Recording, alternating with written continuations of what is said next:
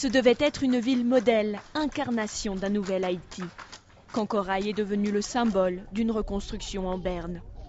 Dans les mois qui ont suivi le tremblement de terre, les autorités ont poussé des milliers d'habitants de la capitale à venir s'installer sur ce terrain à une vingtaine de kilomètres de Port-au-Prince. La promesse d'un abri en dur a vite convaincu ceux qui avaient tout perdu. Un an plus tard, comme 10 000 autres, cette famille vit toujours sur ce coin de désert aride, battu par les vents, sous des tentes, sans électricité.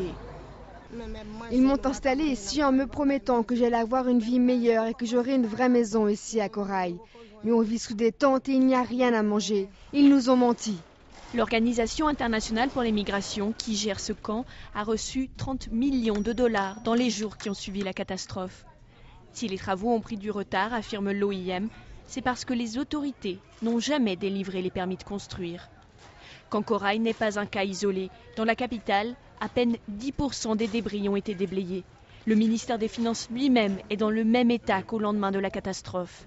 Le Premier ministre rejette la responsabilité sur la communauté internationale. Les dons, affirme-t-il, ne sont pas à la hauteur des promesses. C'est la seule raison du retard.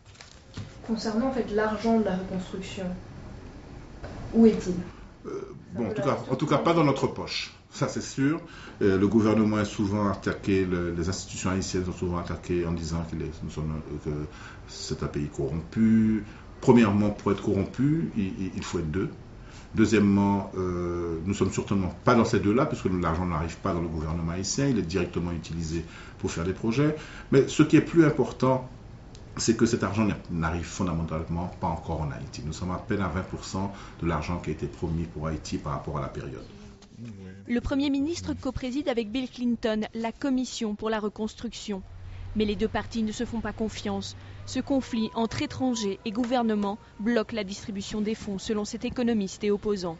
La dernière réunion a été catastrophique. Les 12 représentants haïtiens ont carrément dit qu'ils étaient complètement marginalisés, qu'ils n'étaient pas du tout au courant des décisions qui sont prises, qu'ils ne sont pas du tout au courant des critères qui sont utilisés pour choisir les projets. En fait, l'agence qui devrait dynamiser la reconstruction est totalement paralysée. Le retard dans la reconstruction à Port-au-Prince a une autre conséquence tragique.